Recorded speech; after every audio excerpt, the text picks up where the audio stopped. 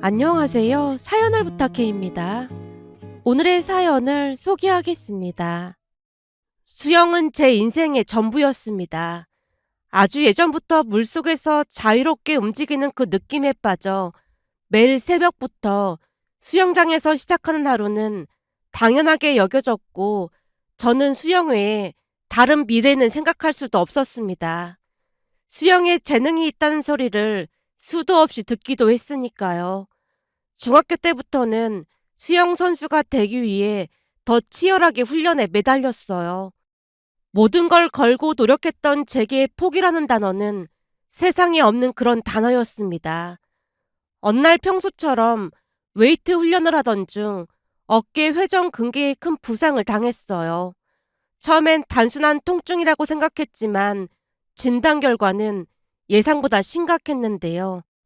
더 이상 선수로서의 생활은 어려울 것 같다라는 의사의 말 한마디에 모든 것이 무너져 내렸습니다. 그동안의 노력과 꿈이 한순간에 무너져 내리는 듯한 허망함에 한동안 제대로 잠을 이루지 못할 정도였어요. 수영을 포기한 후 저는 인생의 방향을 잃었다고 해도 과언이 아니었습니다. 그때까지 수영만 하던 제가 뭘 할 수 있을지 눈앞이 깜깜하기만 했거든요. 부모님이 공부를 해보라고 권유했지만 수영 외에 다른 것에 집중해 본 적이 없던 제게는 공부라는 것이 막막하기만 할 뿐이었어요. 결국 고등학교 2학년 때부터 공부를 하기 시작했지만 운동만 하던 제게는 큰 어려움이 아닐 수 없었습니다. 물속과는 완전히 다른 세상에서 내가 과연 잘 해낼 수 있을지 두려움이 앞섰거든요. 수영을 그만둔 후 가장 힘들었던 건 삶의 방향을 잃어버린 듯한 막막함이었어요. 그렇게 힘겹게 공부를 시작했지만 수영에서 얻었던 성취감을 공부에서 찾는 건 쉽지 않았습니다. 아무리 노력해도 성과가 쉽게 나타나지 않았기에 점점 초조해져 갔어요. 친하게 지내던 친구 2명은 열심히 해서 성적이 올랐지만 친구들만큼 성적이 오르지 않았습니다. 그 뒤 친구들은 서울에 있는 대학에 진학한 반면 저는 재수를 했고, 그 뒤에도 지방에 있는 공대에 갈 수밖에 없었어요. 졸업 후에는 그 격차가 더욱 벌어졌는데요. 친구들은 대기업에 입사해 꿈에 한 발짝 더 다가갔고, 저는 중소기업에 취직을 했거든요. 친구들과 만나서 대화를 할 때마다 그들이 꿈꾸는 미래가 저와는 다른 모습이었다고 해야 할까요? 물론 친구들은 저를 항상 배려해줬고 무시한 적도 없었지만 친구들을 만날 때마다 못난 자격지심이 고개를 들곤 했습니다.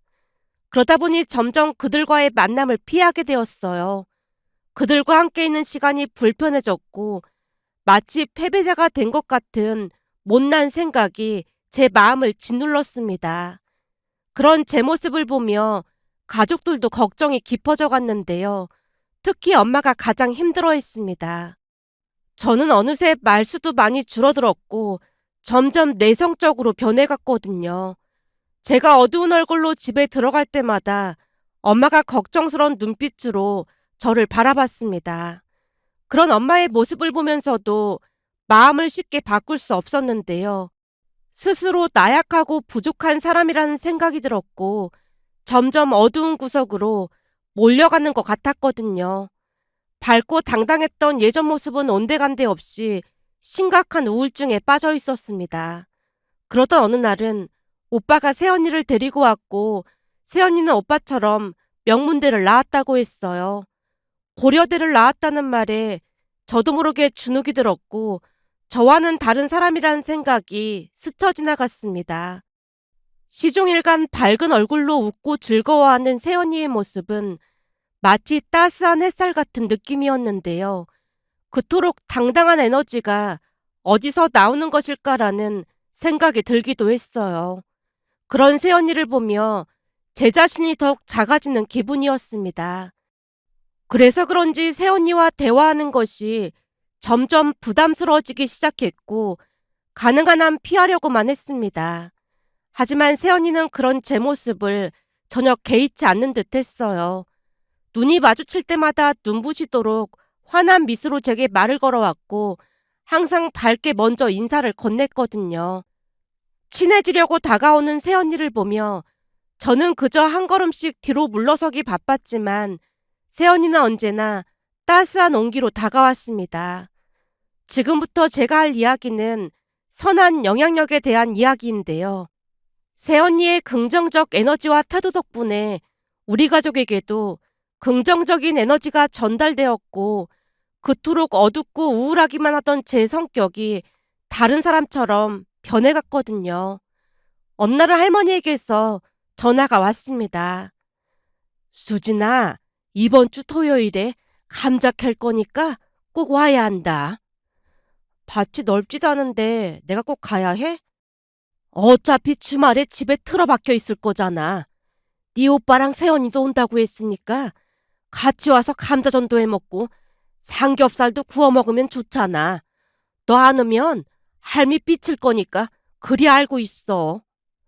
할머니 목소리에 힘이 들어가 있었는데요. 본가는 경기도 외곽에 위치해 있고 할머니와 부모님은 작은 텃밭을 가꾸며 지내셨어요. 할아버지가 돌아가신 후 할머니는 부모님 집으로 들어와 함께 살게 되었는데 할머니와 엄마가 가끔씩 다투시긴 해도 금방 화해하곤 했습니다. 결국 할머니의 성화에 못 이겨 주말에 본가에 가기로 했는데요. 본가에 도착해보니 오빠 부부가 이미 와 있었습니다. 새언니는 넓은 챙이 달린 모자를 쓰고 열심히 감자를 캐고 있었어요. 그런데 새언니가 감자를 대충 캐는 듯 하자 할머니가 다가가 말을 걸었습니다. 얘, 위에만 그렇게 설렁설렁 하면 안 되고 깊이 호미질을 해야 해. 봐봐라.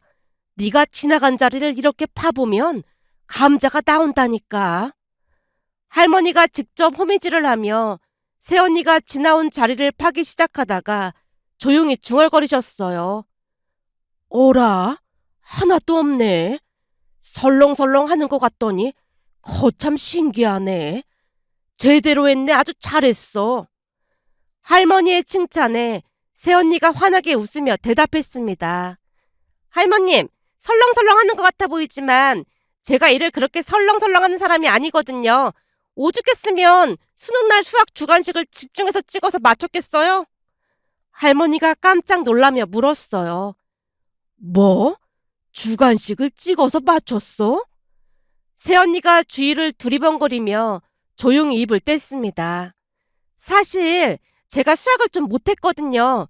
우리 집은 전부 문과다 보니까 수학적 머리가 좀 부족한 편이에요. 근데 수능날에 수학 찍은 게 4개나 맞은 거예요. 주관식까지 찍어서 맞히는 바람에 제가 학교에 전설로 남은 거 있죠? 할머니가 새언니의 말을 믿기 힘들어 하셨지만 새언니가 진지하게 이야기를 이어갔어요. 저도 신기하더라니까요. 그래서 고대에 갈 수 있었던 거예요. 그냥 운이 좋았던 거죠. 참 신기했던 게 수능 전날 다른 친구들은 잠을 못 잤다는데 저는 아주 꿀잠을 잤거든요. 근데 그날 꿈속에서 돌아가신 할머니가 나오셔서 제 손을 꼭 잡아주시면서 환하게 웃어주셨어요. 꿈이 어찌나 생생하던지 아침에 일어난 뒤에도 마음이 편했어요. 그 덕분인지 찍은 문제가 그렇게나 많이 맞은 거 있죠? 아무튼 저는 운이 진짜 좋았던 것 같아요. 새언니의 말에 할머니가 감탄했습니다. 그렇네. 천운을 타고났네. 그러니까요. 그 이후로 우리 부모님이 할머니 할아버지 제사를 아주 정성껏 지내신다니까요. 아무도 기대하지도 않았다 보니까 더 기뻤다고 하더라고요. 할머니와 새언니가 도란도란 이야기를 나눴습니다. 새언니의 밝고 긍정적인 성격이 제게도 옮겨오는 느낌이었어요. 그날 우리는 감자를 캐고 감자전을 만들어 먹으며 오랜만에 온 가족이 둘러앉아 즐거운 시간을 보냈습니다. 어느덧 저녁이 되자 새언니가 분위기를 내겠다며 냉장고에서 맥주 한 캔을 꺼내 들었는데요. 우리 가족은 술을 진짜 잘 못 마십니다. 작은 맥주 한 캔을 셋이서 나눠 먹으면 딱 적당한 정도였으니까요. 그날도 분위기를 낸다며 맥주 한 캔을 새언니가 컵 3개에 따랐는데요. 엄마가 눈치를 보며 한마디를 꺼냈어요. 난 오늘 맥주가 영 안 땡기네. 이거 다 먹었다가는 아무래도 오늘 취할 것 같아. 그러자 새언니가 원망스러운 표정을 지으며 말했습니다. 어머님, 맥주 하나 가지고 우리 셋이 나눠 마셔야 딱인데 안 드시면 어떡해요. 그럼 한 잔이 남잖아요. 그 말에 아빠가 나섰어요. 그럼 오늘은 내가 2잔 마시지 뭐. 그 말에 새언니가 깜짝 놀라며 아빠를 말렸습니다. 아버님, 내일 운전하셔야 하잖아요. 그러다 음주운전으로 걸릴 수도 있어요. 아빠가 심각하게 고개를 끄덕이며 입을 뗐습니다. 그렇네. 음주운전으로 걸릴 수도 있겠네. 셋이서 주거니 받거니 진지하게 대화를 이어가고 있었는데 옆에서 지켜보던 할머니가 제 귀에 대고 속삭였어요. 저 코딱지만한 맥주 하나 가지고 저렇게 심각한 거지? 그 시부모의 그 며느리라더니 어쩜 대화 수준이 똑같네 똑같아. 참나 진짜 어이가 없어서 말이 안 나온다. 누가 보면 맥주 한 짝 마시는 줄 알겠어. 저도 피식 웃음을 참으며 고개를 끄덕였는데요. 세 사람의 토론이 끝날 기미가 보이지 않길래 결국 제가 가까이 다가가 말했습니다. 저기 아빠, 그거 한 잔 더 마셔도 아무 일도 안 생기니까 그냥 마셔도 돼. 제 말에 세 사람이 동시에 저를 바라봤는데요. 새언니가 무릎을 탁 치며 외쳤어요. 아버님, 이과 출신이 괜찮다고 하면 괜찮은 거니까 드셔도 될 것 같아요. 이과 출신은 생각 자체가 우리랑 다르거든요. 아빠가 흐뭇하게 고개를 끄덕이며 말했습니다. 그렇지. 우리 딸이 이과 출신이었지. 그럼 우리 딸 믿고 마셔도 되겠구나. 그래도 너무 무리하는 거 아닐까? 엄마가 여전히 불안한 듯 아빠를 바라봤고 새언니가 다시 입을 열었습니다. 어머님, 이과 출신이 맞다고 하면 맞는 거라니까요. 대학 다닐 때 보니까 이과생은 생각하는 것 자체가 뭔가 다르긴 다르더라고요. 저 같은 문과생하고는 차원이 다르다니까요. 암튼 이과 출신이 맞다고 하니까 그냥 드셔도 돼요. 그렇게 아빠와 새언니는 건배까지 하며 맥주를 나눠 마셨습니다. 그 모습을 지켜보던 할머니가 고개를 절레절레 흔들며 다시 중얼거렸어요. 제가 고려대를 찍어서 갔다고 하길래 그냥 하는 소린 줄 알았는데 가만 보니까 진짜 찍어서 간 게 확실한 것 같아. 난 살다 맥주 한 캔을 가지고 저러는 건 처음 본다. 애미랑 애비는 원래부터 그래서 이제는 그냥 익숙해졌는데 손주 며느리까지 저러고 있네. 거기서 이과가 왜 나와? 아무리 봐도 참 희한한 족속들이야. 할머니의 말에 결국 웃음을 터뜨리고 말았습니다. 그런 가족들을 보면서 왠지 모르게 마음이 따뜻해졌어요. 그러던 어느 날은 집밥이 그리워 본가로 향했는데요. 예전에는 주말이 돼도 집안에만 틀어박혀 있었지만 그때쯤은 조금씩 친구들도 만나며 활기를 되찾아가고 있었어요. 아마도 새언니의 긍정적인 마음이 제게도 전염이 된 게 아닌가 싶었습니다. 금요일 밤에 친구들을 만나 수다를 떨고 토요일 아침 본가로 가보니 오빠 부부도 와 있는 듯 현관에 신발이 놓여 있었어요.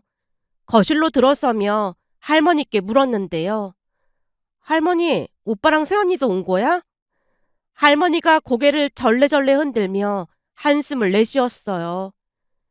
말도 마라. 어제 난리도 아니었어. 난리도 아니었다니? 민정이 회사에 그 김 팀장인가 하는 그 인간 때문에 내가 아끼던 다육이가 지금 나보다 먼저 저승으로 갈 판이라니까. 어? 다육이가 저승으로 가다니? 놀라서 할머니를 빤히 바라봤더니 할머니가 울상을 지으며 거실 한켠을 가리켰습니다. 그런데 거실 한편을 가득 채우고 있는 다육이들 사이에서 유독 할머니가 아끼던 다육이 하나가 다 뜯겨져 비실거리고 있었어요. 그 모습을 보고 깜짝 놀란 채 물었습니다. 아니 쟤가 왜 저 모양이야? 저거 할머니가 제일 아끼는 애잖아. 할머니가 긴 한숨을 내쉬며 설명을 이어갔습니다. 민정이가 그 팀장 때문에 화딱지가 난다고? 글쎄 마시지도 못하는 맥주를 한 캔이나 마셨다지 뭐니. 한 캔이면 완전 치사량인데 그렇게 많이 마시면 어떡해. 엄마 아빠는 안 말리고 뭐하고 있었대? 할머니가 고개를 저으며 대답했습니다. 말리긴 어떻게 말려. 다 같이 기분이 꿀꿀하다며 넷이서 부어라 마셔라 그러면서 각자 한 캔씩 까고 다들 뻗어서는 여태 자고 있구만. 맥주 한 캔씩 먹으면서 뭘 부어라 마셔라야. 암튼 참 희한하다니까. 미치겠다 진짜. 근데 어쩜 그렇게 술을 못 마시는 거야? 나는 그 정도는 아니거든. 할머니가 황당한 표정으로 손 부채질을 하며 대답했어요. 내 말이 그 말이야. 저런 희한한 인간들은 진짜 처음 본다니까. 하지만 아무리 생각해봐도 다육이가 그 모양이 된 것과 그 사건이 무슨 관련이 있는지 궁금했기에 다시 물었어요. 근데 그거랑 다육이가 저렇게 된 거랑 무슨 상관이 있다는 거야? 순간 할머니가 무슨 말이냐는 듯이 버럭 외쳤습니다. 상관이 없긴 왜 없어. 아주 상관이 많지. 내가 잠깐 졸고 있는 틈에 민정이가 술에 취해서 다육이를 뜯어먹었어. 뭐? 새언니가 다육이를 뜯어먹었다고? 아니 다육이가 소갈비야? 그걸 왜 뜯어먹어? 저도 모르게 외치다가는 맥주 한 캔에 취해서 다육이를 뜯어먹고 있는 새언니의 모습이 머릿속에 그려지면서 웃음을 참느라 얼굴이 시뻘개졌는데요. 할머니가 나라 잃은 표정으로 허공을 바라보며 다시 입을 뗐어요. 근데 제가 살 수 있을까?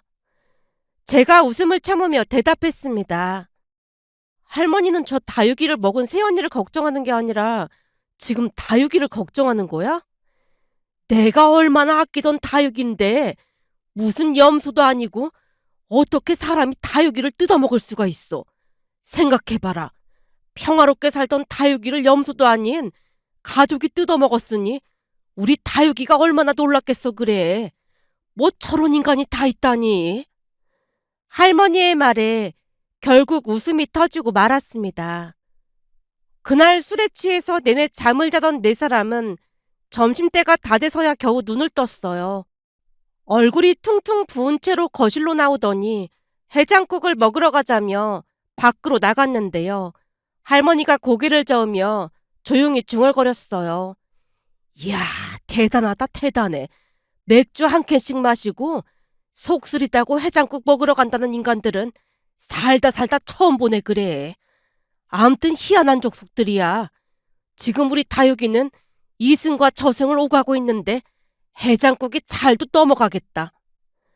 할머니의 말에 다시 한번 웃음이 터지고 말았는데요. 제가 봐도 가족들의 모습이 참 신기하기만 했으니까요. 잠시 후 해장국을 먹고 온 새언니가 자신이 저지른 사건에 대해 듣고 혼비백산한 표정으로 할머니께 용서를 빌었습니다. 할머님, 정말 죄송해요. 근데 이상하네요. 어제 청포도 먹는 꿈을 꿨던 것 같은데 설마 그럼 제가 다육이를 먹었다는 거예요? 넌 앞으로 별명이 염소니까 그렇게 알아도. 그리고 앞으로 우리 집에서 술은 금지야. 맥주 한 캔 마시고 이런 난장판을 벌였다고 하면 내 말을 누가 믿겠어? 할머니의 엄포에 새언니 얼굴이 새빨개진 채 고개를 끄덕였고 그런 모습에 제가 웃음을 터뜨리고 말았습니다. 그 뒤에도 재미있는 일이 많았습니다. 할머니 고향은 충청도로 평소에는 사투리를 잘 쓰지 않지만 한 번씩 제대로 쓸 때는 오리지널 사투리를 쓰는데요. 그동안 우리는 할머니 말투가 그렇게 재미있는지 모르고 있었지만 새언니가 배를 움켜잡고 웃는 모습에 우리도 따라 웃곤 했어요. 어느 날은 카페에 갔는데 새언니가 메뉴를 고르지 못한 채 메뉴판을 뚫어져라 바라보고 있자 할머니가 허공에 대고 말을 했거든요. 왜? 내일 말해주려고 그러는겨? 그 말을 듣자마자 새언니가 웃음을 터뜨렸는데요. 자리에서 주저앉아서 일어나질 못했습니다.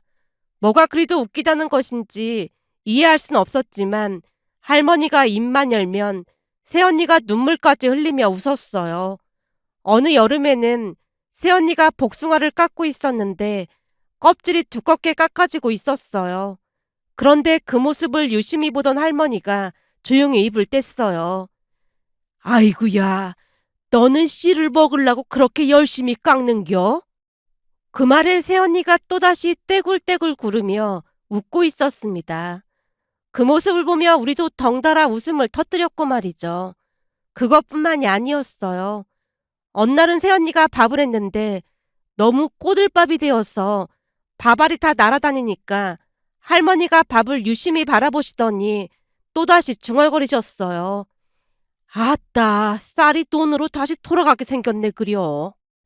할머니가 그런 말을 할 때마다 새언니가 어찌나 좋아하며 웃던지 그제서야 우리도 할머니 말이 재미있다는 사실을 깨달았답니다. 할머니도 그런 새언니를 많이 예뻐했는데요. 요즘 젊은 사람들은 나이 많은 사람을 별로 안 좋아한다고 하던데 민정이가 내 말을 재미있어 하니까 아직은 내가 쓸모가 있는 것 같다는 생각도 들고 기분이 참 좋지 뭐야. 라는 말까지 했습니다. 그러던 어느 날은 할머니에게서 전화가 왔습니다. 수진아, 다음 주 주말에 내 생일 파티 하기로 했잖아. 근데 생일날 손님이 온다고 하네. 손님이라니? 혹시 고모가 오는 거야? 고모는 일이 있어서 그 다음 주에 오기로 했고 네 새언니 친구가 놀러 온대. 새언니 친구? 그 프랑스 친구라고 하는데 대학 때 같이 공부하던 친구가 마침 한국으로 여행 온다고 같이 오겠다고 하지 뭐니. 미리 알고 있으라고 전화했어. 근데 그 친구 성격이 참 좋다더라. 그러니까 걱정할 필요는 없을 것 같아. 제가 낯을 많이 가린다는 걸 아셨기에 혹시나 불편해할까봐 미리 알려주신 듯 했습니다. 하지만 새언니 친구라면 틀림없이 밝고 긍정적인 사람이겠지라는 생각이 들었어요. 드디어 할머니 생신날이 되어 본가로 향했는데요. 집에 도착하니 새언니의 프랑스 친구 부부도 이미 와 있었습니다. 새언니 친구는 많이 밝고 유쾌했으며 한국말도 생각보다 꽤 능숙했어요. 가족들과 어색함 없이 인사하는 모습에 역시 새언니 친구답다는 생각이 들었습니다. 그런데 할머니가 새언니 친구를 부르는 이름이 조금 이상했어요. 봉주야, 우리 민정이 친구라 그런지 너도 성격이 참 좋다. 할머니의 말에 깜짝 놀라 물었습니다. 이름이 봉주인 거예요? 그러자 새언니가 웃으며 대답했어요. 그게 오늘 할머님이 지어주신 이름이에요. 새언니가 웃음을 참으며 말을 이어갔습니다. 본가 오기 전에 제가 전화로 봉주르라고 프랑스어 인사말을 알려드렸는데 할머님이 계속 봉주라고 부르시는 거예요. 근데 제 친구도 봉주란 이름이 아주 마음에 든대요. 봉준호 감독님을 좋아해서 비슷한 것 같다나 뭐래나. 암튼 앞으로 그냥 봉주로 부르기로 했어요. 새언니의 말에 모두가 한바탕 웃음을 터뜨렸는데요. 새언니 친구도 새언니처럼 무척 긍정적이고 유쾌한 성격이었습니다. 저녁 식사를 하고 모두 거실에 모여 뉴스를 보고 있던 중 TV에서 독도 이야기가 나오자 새언니 친구가 뜻밖의 말을 꺼냈어요. 독도는 한국 거야. 순간 할머니가 감탄하며 물었습니다. 아이고, 우리 봉주가 아주 똑똑하네. 한국 역사도 공부한 거야? 그러자 새언니 친구가 기막힌 대답을 했습니다. 내가 한국에서 살아보니까 한국 사람들은 남의 것에 별 관심 없는 사람들이에요. 그러니까 남의 것을 한국 거라고 우길 리가 없어요.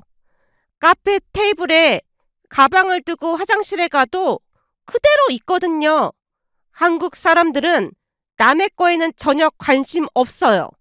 그래서 내가 열심히 역사 공부해봤더니 독도는 분명히 한국 거였어요. 새언니 친구의 말을 듣고 할머니가 고개를 끄덕이며 외쳤습니다. 그렇지. 프랑스 사람 봉주도 이렇게 잘하는 걸 왜 모르는지 모르겠다니까. 우리 봉주가 아주 똑똑하네, 똑똑해. 할머니의 칭찬에 새언니 친구가 신난 표정으로 엄지손가락을 치켜 세우며 외쳤어요. 독도는 한국 땅이다. 그 말에 온 가족이 박수를 치며 좋아했습니다. 그렇게 할머니 생신날 우리 가족에게 소중한 추억이 하나 더 쌓여갔어요. 다음날 봉주 씨는 우리에게 프랑스로 꼭 놀러 오라는 말도 잊지 않았습니다. 그러던 어느 날은 친척 결혼식이 있어 서울에 왔던 부모님이 본가에 가기 전 잠시 제 자취방에 들렀어요. 그런데 그날따라 방이 엉망진창이라 엄마 눈에 거슬렸던 모양이었습니다. 엄마가 한숨을 쉬며 잔소리를 시작했거든요. 네 방을 보니까 내 마음도 어지럽다. 방 좀 치우고 살아. 대체 방이 이게 뭐야? 예전 같으면 움츠러들었겠지만 제가 장난스럽게 대답했습니다. 같은 방을 보는데 내 마음은 고요하고 엄마 마음은 심란하니까 문제는 내 방이 아니고 엄마 마음이 문제가 쏘이다. 그 순간 엄마가 등짝 스매싱을 날렸는데요. 순간 엄마가 등을 돌려 눈물을 훔치는 게 아니겠어요? 엄마, 울어? 갑자기 왜 울어? 너랑 이렇게 다시 장난도 치고 옛날처럼 웃을 수 있어서 좋아서 그래. 그 말을 듣는 순간 제 눈시울도 뜨거워졌답니다. 그러면서 내가 많이 변했구나 하고 세상 깨달았답니다. 며칠 전 본가에 들러 가족들과 외식을 했는데 그날은 할머니께서 한턱 낸다고 했고 식사를 마치고 계산을 하던 중 식당 사장님이 할머니께 영수증을 드릴지 물었는데요. 영수증 드릴까요? 대슈, 무거워요. 라며 돌아서는 게 아니겠어요. 그리고 그 말을 듣자마자 새언니가 또다시 주저앉아서 웃음을 터뜨렸고 우리도 한바탕 웃음이 터졌답니다. 그러면서 문득 웃음이 전염된다는 말처럼 착한 새언니에게서 받은 선하고 좋은 기운 덕분에 예전과는 달리 이제는 저도 긍정적이고 밝은 성격으로 바뀌었다는 생각이 들면서 이 자리를 빌려 새언니에게 감사한 마음을 전하고 싶어 이렇게 글 남겨봅니다.